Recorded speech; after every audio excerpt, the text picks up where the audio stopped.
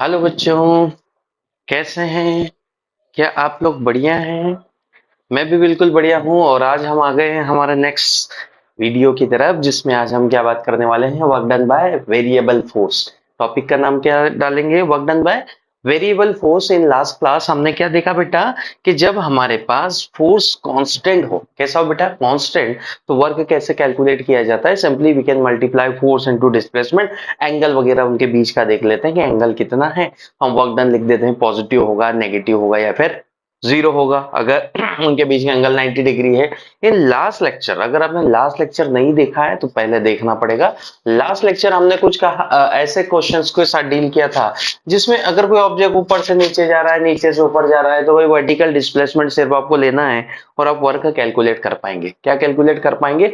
Work calculate कर पाएंगे। तो जिन बच्चों ने लास्ट लेक्चर नहीं देखा है, पहले वो लेक्चर देखें, फिर इस लेक्चर को देखने के लिए आए। और जो देख कर आए हैं वो हेडिंग लगा ले, work done by variable force. हम पढ़ रहे हैं class 11th work power and energy chapter, है ना? Work power and energy. तो work done by variable force क्या है? सुनो मेरी बात ध्यान से। भाई समटाइम क्या होता है ना कि जब बॉडी एक पॉइंट से दूसरे पॉइंट तक डिस्प्लेस हो रही होती है, तो इंटायर डिस्प्लेसमेंट जितना वो करेगी, उसमें ये जरूरी नहीं है कि हर समय उसमें फोर्स सेम हो। मे बी फोर्स वेरिएबल भी हो सकता है, मे बी फोर्स कांस्टेंट हो सकता है। तो कांस्टेंट के लिए तो हमें वर्क डन कैलकुलेट करते आता है, लेकिन यदि फोर्स वेरिएबल हो, ये वेरिएबल फोर्स खास करके कहां देखने को मिलेगा बेटा? ये देखने को मिलेगा बेटा स्प्रिंग में। जब स्प्रिंग को एलोंगेट किया जाता है, जब स्प्रिंग को खींचा जाता है, तो स्प्रिंग में एक फोर्स जो एक्ट करता है उसको बोलते हैं, अभी हम आगे आगे चर्चा करेंगे। अभी के लिए मान लो स्प्रिंग में एक फोर्स लगाता है जिसको के एक्स बोलते हैं। के स्प्रिंग कांस्टेंट है और एफ एस क्या है? Spring force. अगर आप इसे इधर की तरफ खींचोगे तो स्प्रिंग अंदर की तरफ खींचेगा ये। और स्प्रिंग का खिंचाव कैसे होगा? जैसे जैसे आप ज्यादा एलोंगेट करते जाओगे, वैसे वैसे ये फोर्स भी बढ़ता जाएगा। यानी कि this force is a function of x. And what is x? X is the displacement. X is the displacement. It means whenever भी displacement will change, the force will also change. अब समस्या क्या खड़ी हो गई कि वर्क डन निकालने गए, फॉर्मूला तो सीखा था फोर्स इनटू डिस्प्लेसमेंट, पर फोर्स ए वेरिएबल है। तो वेरिएबल फोर्स को यहां पर कैसे रखा जाए? क्योंकि जब एक्स की वैल्यू अलग अलग रही होगी तो फोर्स की वैल्यू भी तो चेंज हुई होगी। अरे हाँ कि ना? तो ज्यादातर स्प्रिंग में हमें वेरिएबल फोर्स देखने को मिलेगा। समटाइम हमें ऐसा भी फोर्स कोई डिस्प्लेसमेंट का फंक्शन में दिया जा सकता है, कभी टाइम के फंक्शन में दिया जा सकता है। तो आज हम सीखेंगे कि यदि मेरे पास वेरिएबल फोर्स है तो मैं वर्क डन कैसे निकाल सकता हूं। सिंपली अगर मैं इसे समझाना चाहूं तो बेटा मान लेते हैं कि आपको ए से बी तक जाना है। कहां जाना है? ए से बी तक। टोटल डिस्प्लेसमेंट ए से बी तक है। आपने कहा कि फोर्स वेरिएबल है। फोर्स कैसा है? वेरिएबल। अगर फोर्स वेरिएबल है तो फोर्स इनटू डिस्प्लेसमेंट से काम नहीं चलता। उस केस में, उस टाइम पर जब हमारा काम नहीं चल रहा है, तो हम क्या करते हैं? हम प्रॉब्लम को ब्रेक कर देते हैं छोटे से डिस्प्लेसमेंट में। छोटे से डिस्प्लेसमेंट को हम बोलते हैं डीएस। एक छोटा सा इन्फिनेटली बहुत ही छोटा सा डिस्प्लेसमेंट मानते हैं कि बॉडी यहां से यहां छोटा सा डिस्प्लेसमेंट उसका डीएक्स हुआ होगा। इस छोटे से डिस्प्लेसमेंट डीएस में, इस छोटे से डिस्प्लेसमेंट डीएस में, जिसके डायरेक्शन में इधर ले लेता हूं, जो मेरा फोर्स है वो इधर है। भाई फोर्स को मैं कुछ स्मॉल डिस्प्लेसमेंट के लिए कांस्टेंट मान रहा हूं। मेरी बात ध्यान से सुनना। मुझे ए से बी जाना है। ए से बी जाने में फोर्स वेरी कर रहा है, मुझे पता है। परंतु छोटा सा डिस्प्लेसमेंट मैंने काटा कि ए से बी में एक छोटी सी दूरी में चला, छोटा सा डिस्प्लेसमेंट हुआ डीएस। उस छोटे से डिस्प्लेसमेंट में फोर्स को सपोज टू बी कांस्टेंट माना जा सकता है। इन दैट केस हमें वर्क डन निकालने को बोले तो work done is equal to छोटू सा work done is equal to force into displacement. भाई एंगल वगैरह देख लेंगे। अगर एंगल थीटा है तो ये थीटा है, तो यहां पर लिख देंगे ये F D S cos theta वगैरह हो गया। छोटा सा वर्क डन आया, छोटा सा डिस्प्लेसमेंट हुआ। उस छोटे से डिस्प्लेसमेंट में हमने डिस्प्लेसमेंट को कैसा माना बच्चे? कांस्टेंट। हमने फोर्स को कैसा माना? कांस्टेंट। छोटी सी चीज के लिए, इंटायर के लिए नहीं, छोटी सी चीज के लिए कांस्टेंट माना। आपको टोटल वर्क डन चाहिए तो क्या करना है? टोटल वर्क डन चाहने के लिए बस दोनों तरफ इंटीग्रेट कर दीजिए। दोनों तरफ इंटीग्रेट कर दीजिए, लिमिट लगा दीजिए। कहां से कहां तक बेटा? ए से लेके बी तक। ए से लेके बी तक, that is the work done. और work done by variable force हमारे पास क्या हुआ, ए से लेके बी तक एफ और डीएस इनके बीच का एंगल अगर दोनों सेम डायरेक्शन में है तो 0, अपोजिट है तो 180। इसको एक और चीज के नाम से हम जानते हैं बेटा, इसको देखो यहाँ पे फोर्स है, यहाँ पे डिस्प्लेसमेंट है, इसे area of force displacement graph से भी निकाला जा सकता है। यानी कि work done by variable force हो तो आप दो तरीके से निकाल सकते हैं, या तो आप फोर्स डिस्प्लेसमेंट ग्राफ का एरिया अंडर कौन सा ग्राफ होना चाहिए, फोर्स और डिस्प्लेसमेंट का। मान लेते हैं कि ये फोर्स वेरिएबल है, जरा ध्यान से देख, फोर्स कैसा है, वेरिएबल है बेटा। तो इसका जो एरिया है अगर वो कैलकुलेट कर लिया जाए विथ एक्स एक्सिस, इस एरिया की बात कर रहा हूं जो एक्स एक्सिस के साथ घेरेगा, अगर इस एरिया को कैलकुलेट कर लिया जाए तो this area is equal to work done, this area is equal to work done, और इट इज इक्वल टू, कैसे लिखेंगे, एफ डी एस, कहां से बच्चे, यहां पर लिमिट, सपोज हम S1 से कहां गए, S2 पर, तो we put the limit S1 to S2, और यहां पर वेक्टर फॉर्म में। क्या मेरी बात समझ में, अगर वेक्टर नहीं भी लिखोगे तो आपको सिर्फ एरिया ही तो निकालना है, force into displacement, force into displacement, तो area of force displacement graph is equal to work done, and force का integration with respect to displacement is also equal to work done, ऐसे बोलते हैं work done by variable force, work done by variable force. अगर मैं इसके orthogonal components के term में लिखूं, यानी कि अगर मैं इसे लिखना चाहूं तो आप क्वेश्चन कैसे पाएंगे, ऑर्थोगोनल समझते हैं फोर्स को, ऑर्थोगोनल कंपोनेंट्स के फॉर्म में लिखे, यानी फोर्स को अगर मैं ऐसा ले लूं बच्चे कि मेरे पास फोर्स था एफ एक्स आई कैप, एफ वाई जे कैप, एफ जेड के cap, that is the force. भाई फोर्स ऐसा जरूरी नहीं है कि एक ही डायरेक्शन में हो, फोर्स एक से ज्यादा डायरेक्शन में भी हो सकता है। और अगर डिस्प्लेसमेंट जो मेरा डीएस है बेटा उसको लिया जाए, कुछ ऐसा लिख दे, डीएक्स आई कैप प्लस डी वाई जे कैप प्लस डी जेड के कैप, और मुझे वर्क डन निकालने को कहा जाए तो वर्क डन कैसे निकालेंगे बेटा, इनका डॉट प्रोडक्ट तुझे करना है, integration of F dot DS करेगा तू, और लिमिट कहां से कहां रखेगा, यहां पर अगर मैं सोचूं कि मैं स्टार्ट हुआ था x1 y1 z1 से, लेट्स चेक कि आप नीचे देख पा रहे हैं या नहीं, x1 y1 z1 that is last term, इसके बाद नहीं दिखेगा, और आप मान लेते हैं कि गए x2 y2 z2 तक, तो लिमिट कैसे रखेंगे आप, x वाले कंपोनेंट को जब मल्टीप्लाई करेंगे तो आपको वर्क डन मिलेगा इन x डायरेक्शन, वर्क डन मिलेगा इन y डायरेक्शन, यहाँ पे करेंगे तो वर्क डन मिलेगा इन z डायरेक्शन। चूंकि वर्क स्केलर क्वांटिटी है तो सबको डायरेक्टली ऐड कर दिया जाएगा, सबको डायरेक्टली क्या करेंगे, ऐड, यानी कि मैं लिखूंगा F X D X from x1 to x2, मैं लिखूंगा F Y D Y from y1 to y2, मैं लिखूंगा F Z D Z from z2 z2। ये x1 y1 z1 initial coordinate है जहां से वो स्टार्ट हुआ, और x2 y2 z2 final coordinate है जहां तक वो गया। जब मुझे x डायरेक्शन का वर्क डन निकालना है तो मैं x की लिमिट रखूंगा, y डायरेक्शन में वर्क डन निकालना है तो y की रखूंगा, और z डायरेक्शन में वर्क डन निकालना है तो z की रखूंगा। चूंकि वर्क स्केलर क्वांटिटी है तो टोटल वर्क को सारा एज इट इज जोड़ दिया जाएगा। तो मैंने क्या कहा कि work done by variable force निकालने के लिए आपको कुछ इस तरीके से प्रॉब्लम दी हुई हो सकती है, या फिर आपको ग्राफ दिया हो सकता है। तो जब ग्राफ दिया हो तो उसका एरिया निकालें, ग्राफ दिया है तो उसका क्या निकालें बेटा, एरिया।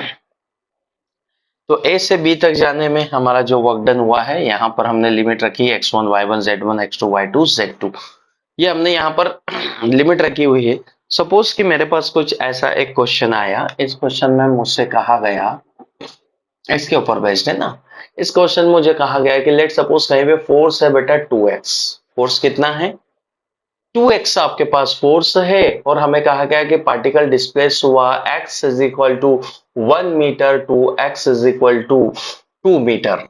पार्टिकल डिस्प्लेस हुआ या 3 मीटर पार्टिकल हमारा डिस्प्लेस हुआ। Find out the work done. Find out the work done. In that case अगर मुझे वर्क डन निकालना है तो कैसे निकालेंगे बेटा वर्क डन? सोचो वर्क डन कैसे निकालेंगे? वर्क डन कैसे निकालेंगे? ब्लैक मार्कर हमें चाहिए जो मिल गया है। सो वर्क डन कैसे निकालेंगे बेटा? वर्क डन क्या होता है? Work done is the integration of F dot D x. क्योंकि मैं यहाँ पे सिर्फ एक्स में ही डिस्प्लेस हो रहा हूं तो मैं एक्स कंपोनेंट ही तो उठाऊंगा। एफ डी एक्स, एफ की वैल्यू डाल दीजिए। इंटीग्रेशन कहां से कहां तक गए बेटा? लिमिट रखे 1 से लेकर 3 तक। यहां पर एफ की वैल्यू डाल दीजिए 2x dx। कहां से कहां तक बच्चे? 1 से लेके 3 तक। इंटीग्रेशन कर दीजिए तो that is x square by 2। अरे इंटीग्रेशन क्या होगा x का? 2 तो बाहर आ जाएगा ना, 2 बाहर। इंटीग्रेशन ऑफ x, अरे बोलो बोलो, एक्स स्क्वायर बाय 2। लिमिट कहां रखोगे बच्चे? लिमिट रखोगे इसकी 1 से लेके 3 तक। 2 ने 2 को मार दिया, बाहर ले आओगे तब भी मार देगा। अरे हाँ कि ना? एक्स स्क्वायर बाय 2, 2 ने 2 को मार दिया। यहां पर क्या है बेटा? x की पावर 2, इसका मतलब 3 की पावर 2 माइनस लोअर लिमिट 1 की पावर 2। 3 की पावर 2 हाउ मच बेटा? It is 9 minus 1। Work done is 8 joule. How much? Work done is 8 joule. Work done to move a body from 1 meter to 3 meter. यहां पर देखते से पता लग जाना चाहिए कि force is a variable. Force is a variable है तो इंटीग्रेशन की मदद लें। फोर्स अगर वेरिएबल है तो इंटीग्रेशन की आपको मदद लेना चाहिए।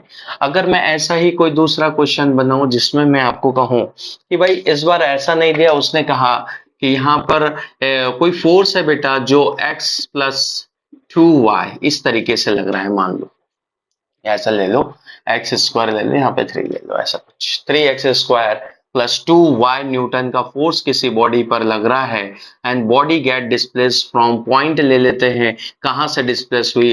लेट्स से कि बॉडी डिस्प्लेस फ्रॉम 1,2 टू 2,3। ये है बॉडी का इनिशियल डिस्प्लेसमेंट R1 और ये है फाइनली जहां तक वो डिस्प्लेस हुई R2। मान लेते हैं कि यहां से यहां डिस्प्लेस हुई। तो आपको पूछा गया कि वर्क डन निकालिए। क्या पूछा गया बच्चे? Work done. हमें सिंपली पता है कि फोर्स वेरिएबल है, वर्क डन निकालना पड़ेगा।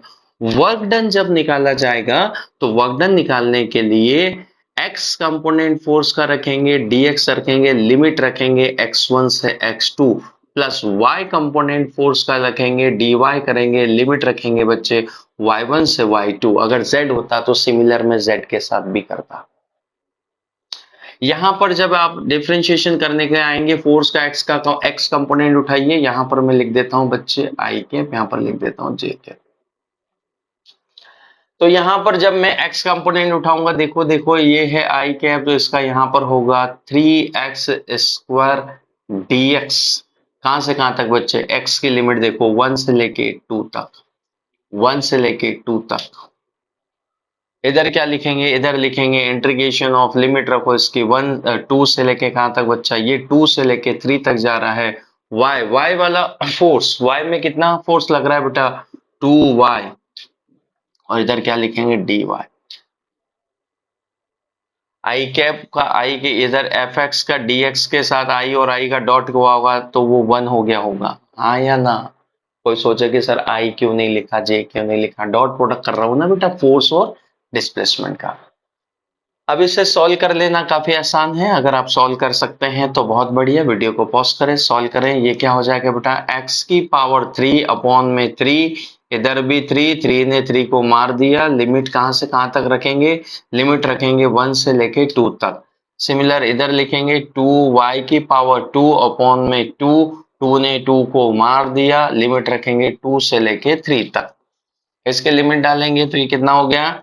8। अरे 2 का क्यूब, 2 2 जा 4, 4 2 जा 8, 8 माइनस 1 प्लस यहाँ पर अपर लिमिट रखिए बेटा 3 का स्क्वायर कितना हो गया बच्चा 9, 9 माइनस 2 का स्क्वायर कितना बेटा 4, अरे 2 रखूंगा 2 का स्क्वायर करूंगा upper limit minus lower limit, तो 8 minus 1 that is equal to 7 और 9 माइनस 4 कितना है भाई साहब 7 प्लस 9 माइनस 4 इधर आया 5, answer will be 12 joule. 12 joule कितना वर्क डन हुआ 12 जूल। भाई वर्क तो स्केलर क्वांटिटी है ना, तो आंसर तो आपका स्केलर ही आने वाला है। आंसर कैसा आएगा स्केलर। तो जब आपको वेरिएबल फोर्स दिया जाए तो क्या करना है बच्चे इंटीग्रेशन, और लिमिट क्या रखोगे, अगर एक्स डायरेक्शन वाला फोर्स आप रख रहे हैं तो x वाली लिमिट रखोगे, y वाला रख रहे हैं तो y वाली लिमिट रखेंगे। यहाँ पर मैंने सिर्फ x में चेंज किया था तो x का वर्क डन मुझे यहाँ पर कैलकुलेट होकर आया है। तो जब आपके पास वेरिएबल फोर्स हो, कैसे फोर्स हो बेटा, वेरिएबल फोर्स हो तो वर्क डन कुछ इस तरीके से आपको निकालना चाहिए। क्या बात समझ में आई। और देखो एक question, area of FS graph पर आने वाले हैं। एरिया ऑफ एफएस ग्राफ भी एक दूसरा तरीका है जिससे वर्क कैलकुलेट किया जा सकता है। नाउ एक और क्वेश्चन, इसे भी हटा दिया जाए। बेटा नोट करते चलें, अगर आप नोट करेंगे तो बेहतर रिजल्ट पाएंगे। क्वेश्चन नेक्स्ट मेरे पास कुछ ऐसा है कि मान लेते हैं कि हमने आपको फोर्स दिया 4x आई कैप प्लस 3y जे कैप, ये लो वैसा ही कुछ फोर्स है 4x I cap plus 3y J cap, x on a particle and what particle moves on x direction, कोई पार्टिकल है, particle moves on a force acts on particle and particle moves on x is equal to कहां से कहां 0 to x is equal to 2 meter. भाई 0 से 2 metre तक आपका particle displace हुआ है, हमें कहा है find out the work done. Find out the work done, work done calculate करना है, फाइंड W। चलो जल्दी बनाओ, इंटीग्रेशन करो, बिल्कुल सिमिलर टाइप का क्वेश्चन है, इंटीग्रेशन करना होगा। कैसे इंटीग्रेशन करेंगे, work done is equal to integration plus integration, यहाँ पर सर क्या लिखने वाले हैं dx, यहाँ पे क्या लिखने वाले हैं dy, यहाँ पे x वाला फोर्स कौन है बच्चे 4x, x की लिमिट क्या है 0 से 2 मीटर, 0 से 2 मीटर।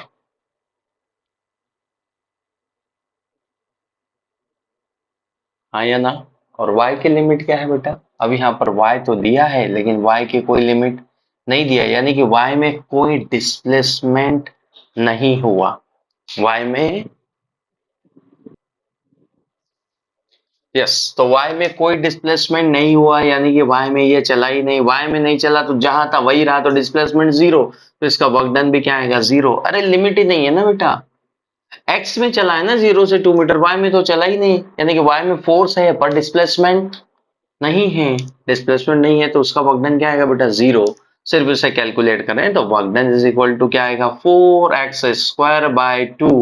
लिमिट कहां से कहां डालेगा बेटा, लिमिट लेके 0 से लेके 2 तक, 0 से लेके 2 तक, 0 से लेके 2 तक, इसने इसको मार दिया, ये 2 आया तो आपका 2 बाहर निकाल दीजिए, अंदर कौन बचेगा बेटा, अंदर बचेगा 2 का स्क्वायर माइनस 0 का स्क्वायर, 2 का स्क्वायर 4, 4 टू जा 8, आंसर इज 8 जूल। अरे आया कि नहीं आया, क्या आया आपका आंसर। सर ऐसा कैसे काट देते हो, अरे सुन बेटा एक्स स्क्वायर किया ना, x² बाई 2 है, 2 ने 4 को मार दिया, बाहर रहेगा तब भी मार देगा, ये लिमिट है, ये उसकी पावर नहीं है, ये लिमिट है, तो जितना कट सकता है उतना काटेंगे, इसने इसको मारा, अरे वैसे भी आंसर वही आता, चेक कर लो। अच्छा सर 4 को नहीं मारना है, 4 को बाहर रखोगे, अंदर चेक करो, अंदर क्या रखोगे आप, एक्स स्क्वायर बाय 2 और लिमिट रखोगे कहां से कहां तक बेटा, 0 से लेके 2 तक लिमिट रखोगे, फिर आप इधर 4 रखने वाले हैं, इधर लिमिट रख दीजिए, यानी कि 2 का स्क्वायर बाय 2 माइनस 0 का स्क्वायर बाय 2, ऐसा सॉल्व करेंगे। यहाँ पर कौन आया बच्चे, 4, इधर 2 का स्क्वायर कितना आया 4, 4 बाय 2 माइनस 0, 2 ने 2 को मार दिया, 2 आया, 4 2 जा 8 जूल, तो मैंने भी तो 8 जूल ही लिखा है। अरे मैथमेटिकल है बेटा, मैथमेटिकल, आपको जैसा सही लगे वैसा आप इसे कर सकते हैं। तो ये हमारे पास क्या था बेटा, work done by variable force. जब आपके पास फोर्स वेरिएबल हो तो आप इस तरीके से वर्क डन निकाल सकते हैं। अब सर आपने कहा था कि ग्राफ से भी निकाल सकते हैं। हाँ भाई साहब, ग्राफ से भी निकाल सकते हैं। हमें ग्राफ दिया होना चाहिए फोर्स और डिस्प्लेसमेंट के बीच में। फोर्स और डिस्प्लेसमेंट के बीच में जो ग्राफ दिया है उसका एरिया, उसका क्या निकालेंगे बेटा, एरिया। यानी कि वर्क कैलकुलेट करने का एक और तरीका है कि एक ग्राफ दिया जाए किसके बीच में, फोर्स और डिस्प्लेसमेंट के बीच में, और फोर्स वेरिएबल हो। ऑब्वियसली कि ये फोर्स वेरिएबल होगा तो इसका जो एरिया है ए से लेके कहां तक का बच्चे, बी तक का। अगर मुझे वर्क डन पूछा जाए कि work done A to B कितना है, तो आपको इसका एरिया निकालना चाहिए। क्या निकालना चाहिए, एरिया निकालना चाहिए। That area is work. Area किसके बराबर होगा, वर्क डन के बराबर हमारे पास एरिया होगा। इसके ऊपर एक क्वेश्चन दिया मैंने कि मान लेते हैं कि हमारे पास एक क्वेश्चन कुछ इस तरीके से है, बला बला बला बला या वो ये 10 न्यूटन, यहाँ पर 10 न्यूटन है, यहाँ पर बॉडी डिस्प्लेस हुई, ऐसे नाम ले लो। यहाँ पे 5 मीटर, यहाँ पे 10 मीटर, यहाँ पे कुछ एस लिख दिया, यहाँ पे एफ लिख दिया, ठीक है। बॉडी डिस्प्लेस हुई भाई साहब, मैंने कहा कि वर्क डन निकालिए जब बॉडी 0 से 5 मीटर डिस्प्लेसमेंट हुई। 0 से कितना डिस्प्लेसमेंट हुई, 5 मीटर। एक बच्चे ने कहा सर 5 मीटर यानी कि यहां से यहां तक, क्या ये एरिया निकालना है, यस। अगर मैं 0 टू 5 मीटर बोल रहा हूं तो आपको एरिया ये वाला निकालना चाहिए। लिमिट देखना बेटा, लोअर लिमिट 0, अपर लिमिट 5, 0 से 5, दिस एरिया इसका एरिया कितना होगा, work done is equal to area of this graph. Area कितना होगा भाई साहब, 5 इंटू 10। अरे रेक्टेंगल है ना, पूरे का थोड़ी निकालेंगे। जब हमें 0 से 5 बोल दिया गया तो इसका निकालेंगे, इसका 5 इंटू 10, 5 इंटू 10, आंसर कितना आया बेटा, 50 जूल। वर्क डन कितना हुआ, 50 जूल। कहां से कहां तक जाने पे, 0 से 5 मीटर तक डिस्प्लेस होने में वर्क डन 50 जूल। फोर्स वैसे भी यहाँ पर कांस्टेंट है, तो क्या सीधा फोर्स इंटू डिस्प्लेसमेंट से भी काम बन जाता। सोच, फोर्स कितना है 5 10, डिस्प्लेसमेंट कितना हुआ 5 मीटर, 5 इंटू 10, क्या 50 जूल आ जाता। अगर इसे सवाल में पूछा जाए, नहीं नहीं नहीं नहीं, 0 से 0 टू 10 मीटर तक बॉडी डिस्प्लेस हुई, बताओ वर्क डन कितना हुआ, 0 टू 10 मीटर, बोलो फटाक से। 0 to 10 meter work done is equal to, क्या इस बार मुझे 0 टू 10 यानी कि पूरा एरिया लेना चाहिए। इस बार पूरा एरिया ले लो, यहां से यहां तक का कितना है, इधर 10, इधर कितना है 10, 10 into 10, the work done is 100 joule. Work done is 100 joule. देखो जरा, फोर्स भी ऊपर है और डिस्प्लेसमेंट इधर है, यानी कि वर्क डन जो भी आया होगा वो पॉजिटिव होगा। अगर एक्स एक्सिस के ऊपर एरिया होता है तो वो पॉजिटिव, अगर उसके नीचे रहा तो नेगेटिव, उसके नीचे रहा तो नेगेटिव। जैसे कि जस्ट एग्जांपल, मैंने कहा कि किसी बॉडी के ऊपर इस तरीके से फोर्स लगा, ये उसका डिस्प्लेसमेंट है, ये फोर्स है। यहाँ पर फोर्स की वैल्यू 5 न्यूटन है, यहाँ पर डिस्प्लेसमेंट हमने लिखा, यहाँ पर लिखा 5, यहाँ पर लिखा 10, यहाँ पर लिखा 15, ऐसा लिख लो, यहाँ पर लिखा 15। मैंने कहा कि 0 से 15 मीटर तक बॉडी डिस्प्लेस हुई, बताओ कितना वर्क डन हुआ। Work done to move object from 0 to 15 meter, 0 से 15 मीटर तक बॉडी डिस्प्लेस हुई, वर्क डन कितना हुआ। पहले चीज ध्यान से समझ लो, ये वर्क डन होगा बेटा पॉजिटिव। क्यों पॉजिटिव, क्योंकि फोर्स ऊपर है, फोर्स ऊपर है। और ये वर्क डन होगा नेगेटिव, क्योंकि फोर्स कहाँ है, नीचे। इस समय फोर्स की वैल्यू अगर मैं तुमको दे दूं कि ये फोर्स की वैल्यू, ये यहां पर -5 न्यूटन, तो आपको एक तो ये एरिया निकालना होगा जो कि पॉजिटिव आएगा, दूसरा एरिया ये निकालना होगा जो कि कैसे आने वाला है बच्चा, नेगेटिव। ये एरिया कैसा वर्क डन देगा, नेगेटिव। ये एरिया कैसा वर्क डन देगा बेटा, पॉजिटिव। जरा निकालो, एरिया। फिर टोटल वर्क डन क्या करेंगे, वर्क डन तो टोटल को जोड़ना है भाई, नेगेटिव को पॉजिटिव जोड़ोगे तो ऑब्वियस माइनस होगा, पर हमें वर्क डन निकालने के लिए दोनों को जोड़ना है। बहुत बढ़िया, जोड़िए। इसका एरिया बताइए कितना हुआ, ये क्या दिखाई दे रहा है, इट इज ट्रायंगल ना, एरिया ऑफ ट्रायंगल बोलो, 1/2 बेस 10 इंटू हाइट, हाइट कितनी बेटा 0 से 5, 25 joule, work done 25 joule, positive 25 joule, work done 25 joule. अरे हाँ के ना, इधर निकालो वर्क डन, 1/2 बेस, बेस कितना है, बेस इस बार देखिए कितना 15 है, यहाँ पर 10 है, बेस की वैल्यू 5 है। अरे 15 माइनस 10 ना, ये है ना बेस बेटा, ये पूरा नहीं, यहाँ तक का नहीं ले लेना, 15 15 में से ये जाएगा, हमें ये एरिया चाहिए, दिस एरिया, तो this is the base. Base की वैल्यू कितनी आई, 15 minus 10, 5 meter, 1/2 base into height, height कितनी है बेटा, इसकी हाइट देख इधर की तरफ, हाइट अभी भी इसकी कितनी है 5। अब यहाँ पे माइनस 2 बार नहीं लिखना, हमने ऑलरेडी उसको 5 माइनस लिख के ही रखा है, क्योंकि वर्क डन नेगेटिव आएगा।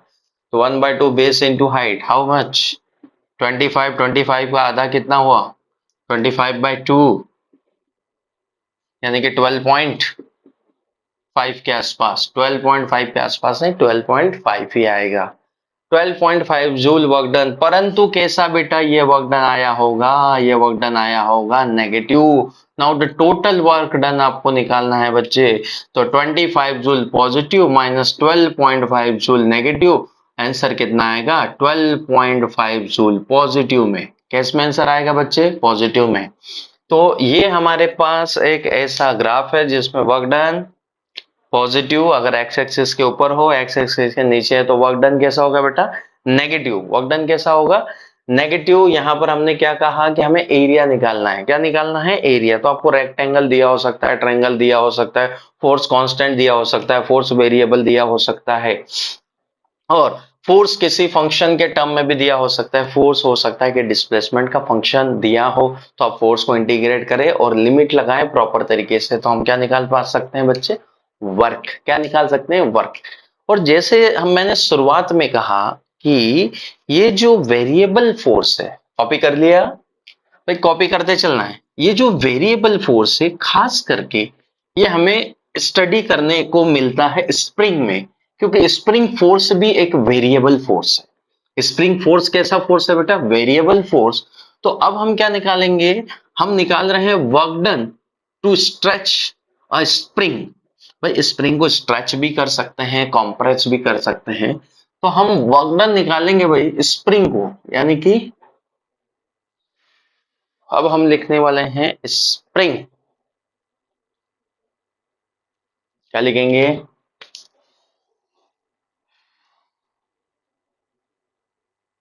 Work done to compress. भाई कॉम्प्रेस और एलोंगेट दोनों हो सकता है, एलोंगेट स्प्रिंग। स्प्रिंग क्या चीज है, स्प्रिंग ये बहुत ही खतरनाक तरीके की चीज है। कैसे खतरनाक है, सुनो, उसका काम खतरनाक ही है। भाई एनर्जी को स्टोर कर सकती है।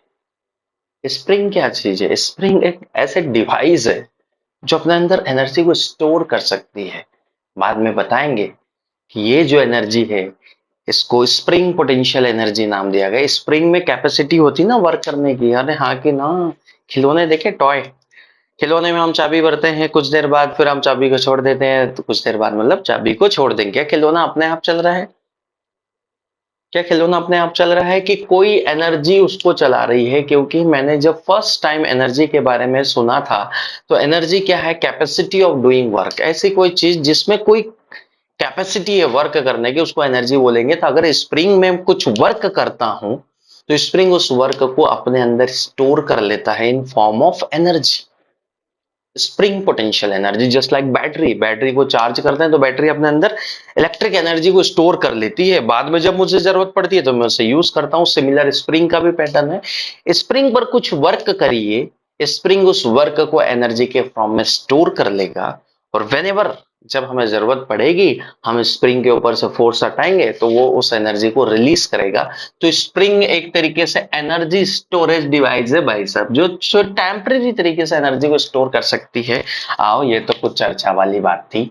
स्प्रिंग को देखा होगा तो कुछ इस तरीके से दिखाई देता है। जब स्प्रिंग के ऊपर कुछ भी खींचातानी नहीं होती, उस समय जो उसकी लेंथ होती है बेटा, उसको बोलते हैं नेचुरल लेंथ।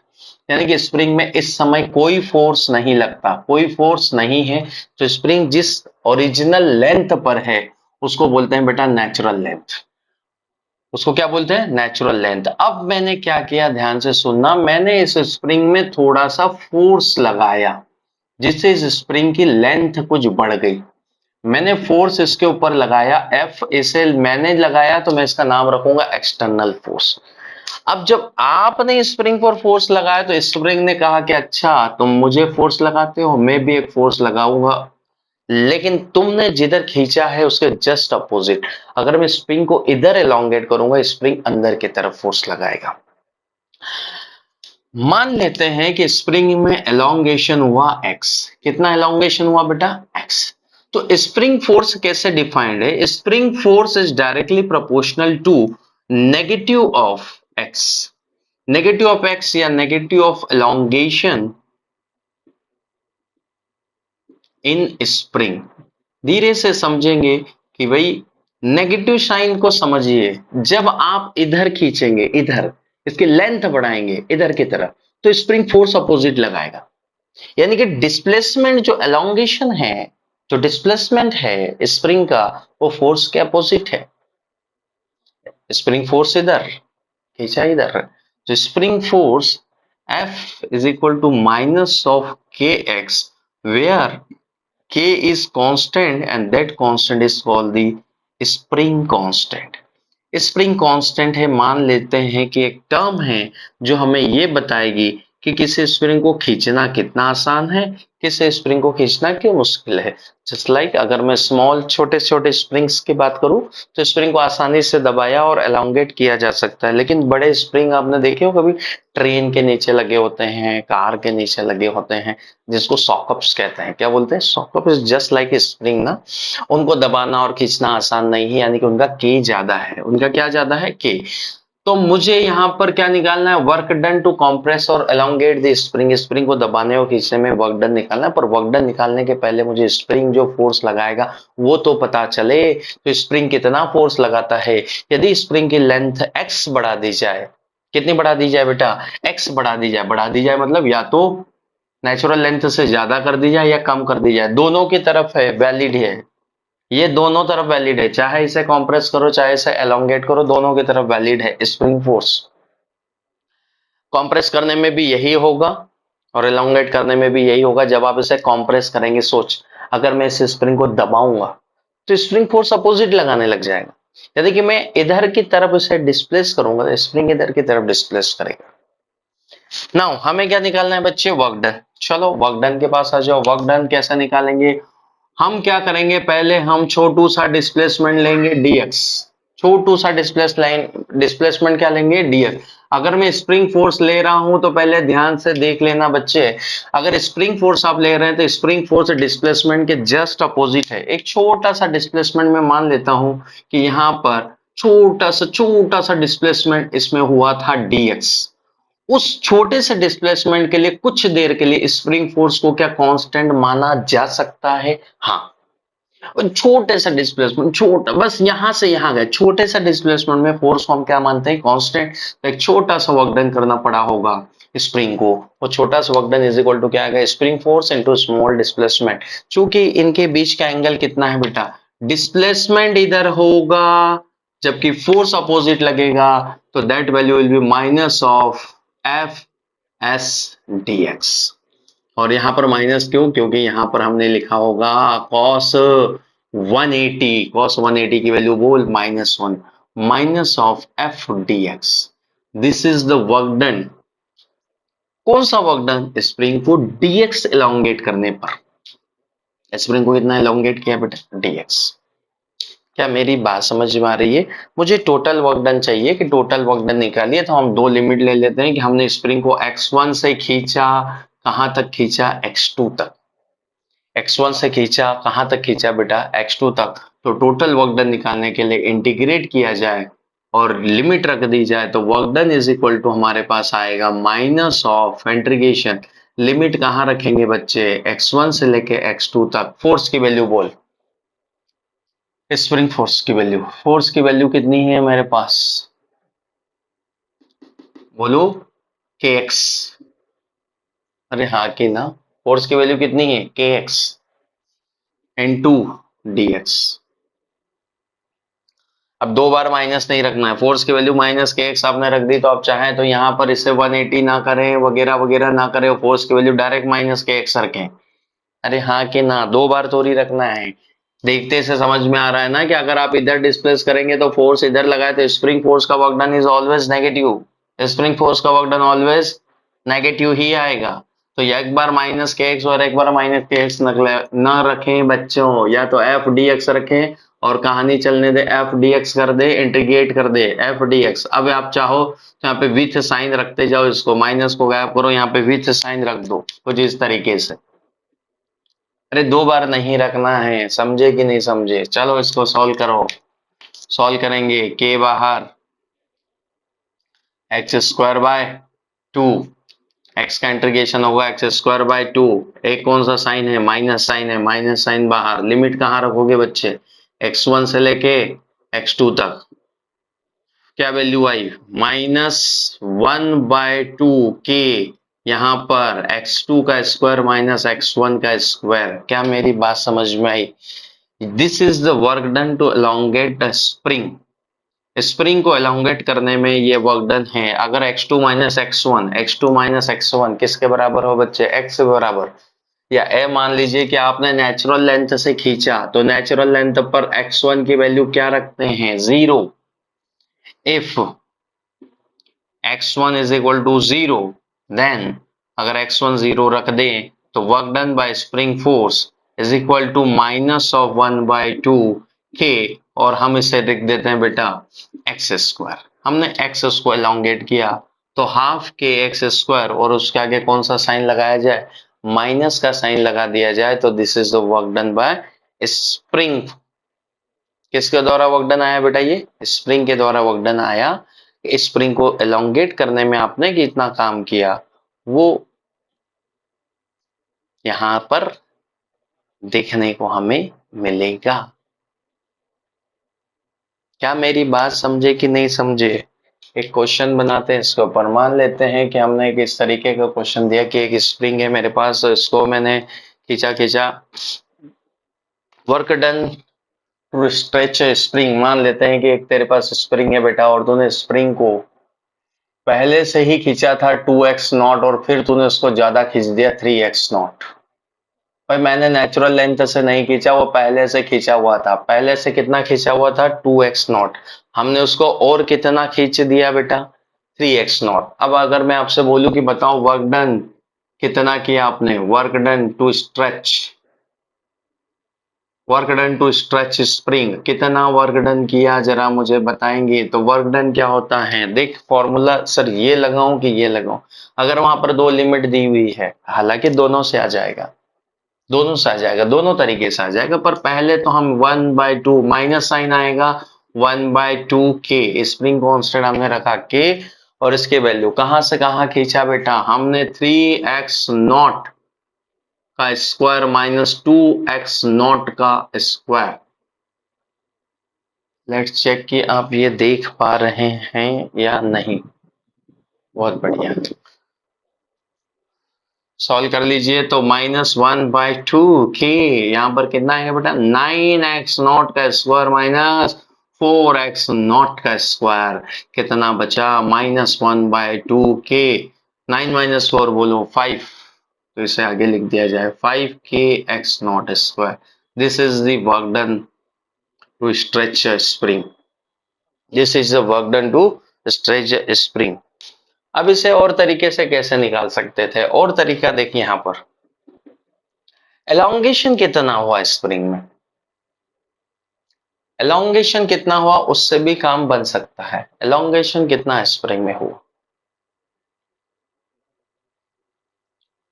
बोलो बोलो, एलोंगेशन स्प्रिंग में कितना होगा, उससे भी काम बन सकता है। पर मैंने कहा कि जब आपको नेचुरल लेंथ से नहीं खींचा हो, कहीं और से उसे स्ट्रेच करके खींचा गया है, पहले से ही उसे 2x0 स्ट्रेच किया गया था, फिर उसे और कितना स्ट्रेच किया गया, 3x0 स्ट्रेच किया गया। अरे हाँ कि ना? तो इस तरीके से आपको जब स्प्रिंग का कोई क्वेश्चन आए तो बनाते आना चाहिए। ओके, तो कितना है बेटा, -5/2 kx0 का स्क्वायर। अब सुनो, एक क्वेश्चन जेई वालों ने पूछा 2020 में, इसी वेरिएबल फोर्स के ऊपर। उन्होंने क्या कहा बच्चे, क्वेश्चन देखो। उन्होंने ऐसा हमसे पूछा कि मान लेते हैं कि फोर्स दिया है बच्चे -xi के प्लस उन्होंने दिया था yj cap. This is the force.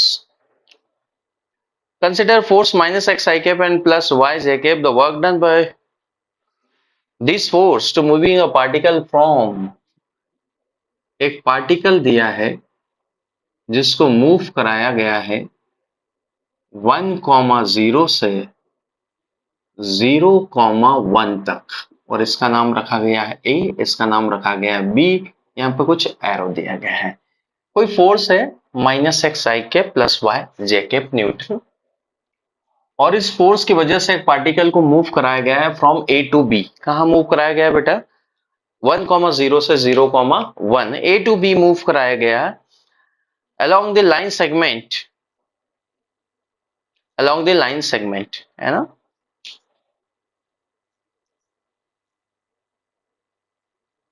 Okay, तो हमें क्या निकालना है, हमें निकालना है वर्क डन। ए से बी तक ले जाने में कितना वर्क डन करना पड़ा। ऑप्शन देके रखे इसने, ऑप्शन देके रखा है 1/2 जूल, ऑप्शन बी देके रखा है 1 जूल, ऑप्शन सी देके रखा है -1/2 जूल, एंड ऑप्शन डी देके रखा है बेटा इसने, ऑप्शन डी इसका है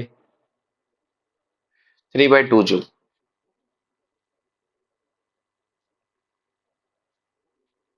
जेई 2020 में पूछा है इन्होंने, जरा सॉल्व करें, बहुत ही आलतू फालतू टाइप का सवाल दे रखा है। वर्क डन निकालना है, क्या निकालना है, वर्क डन। और ये जो ग्राफ दिया है ना, ये फोर्स डिस्प्लेसमेंट ग्राफ नहीं है, है ना। कोई पार्टिकल है जो इस कोऑर्डिनेट से वहां तक मूव कर रहा है, पता चले फोर्स डिस्प्लेसमेंट ग्राफ लिया और एरिया अंडर द कर्व निकालने चले गए हैं। क्या निकालना है बच्चे, वर्क डन। आओ चेक करते हैं कैसे निकालेंगे। तो work done is equal to, हमारा तो एक ही तरीका है, जब फोर्स वेरिएबल हो तो हम क्या करते हैं, एफ डॉट डी एस, कहां से कहां तक बच्चे, ए से लेके बी तक। तो हमारे पास फोर्स यहाँ पर क्या दिया है, फोर्स दिया है। अब देखो यहाँ पर फोर्स -x दिया है, इसके साथ dx, और इसके लिमिट क्या रखेंगे बेटा, x कहां से कहां वेरी कर रहा है, 1 से लेके 0 तक। x कोऑर्डिनेट 1 से लेके कहां तक जा रहा है बेटा, 0 तक। तो 1 से 0 फोर्स का x कंपोनेंट लो, उसका डिफरेंशिएशन इंटीग्रेशन कर दो, प्लस वही काम y का वेरिएशन कहां से हो रहा है, y 0 से कहां तक गया, 1 तक। यहां पर फोर्स का y कंपोनेंट लो बच्चे, यानी कि यहां पर y लिया जाएगा y, और यहां पर क्या लिया जाएगा, dy। भाई x डायरेक्शन का वर्क डन ये रहा, y डायरेक्शन का वर्क डन ये रहा, दोनों को जोड़ दो, नेट वर्क डन हमारे पास आ जाएगा। आओ जरा इंटीग्रेशन करते हैं, इसका इंटीग्रेशन करो, माइनस साइन बाहर, ये बना x² की पावर 2 अपॉन में 2, and limit will be from 1 to 0, plus यहाँ पर क्या रखेंगे बेटा, y की पावर 2 अपॉन में 2, and limit is from 0 to 1, limit क्या रखेंगे, 0 to 1। इसे सॉल्व करते हैं, जब अपर लिमिट रखोगे तो बच्चे 0 आएगा, माइनस लोअर लिमिट रखोगे तो प्लस 1/2, अरे 1 का स्क्वायर 1 होगा ना, तो 1/2, प्लस साइन लगाया इधर। अपर लिमिट रखोगे तो 1/2, माइनस लोअर लिमिट रखोगे तो 0, 1/2 0, 1/2 1/2, answer will be 1 joule. The correct answer is 1 joule. तो इस तरीके के आसान सवाल आपको देखने को मिलेंगे जब आप work done by variable force निकालेंगे। तो ये यहाँ तक की क्लास थी। इसके नेक्स्ट क्लास से हम बात करेंगे एनर्जी के ऊपर। यहाँ पर हमारा वर्क वाला टॉपिक कंप्लीट है। और नेक्स्ट हम क्या बात करेंगे बच्चे, energy, kinetic energy, potential energy, spring potential energy, ये वो सब कुछ। जब तक के लिए पढ़ते रहिए। Thank you.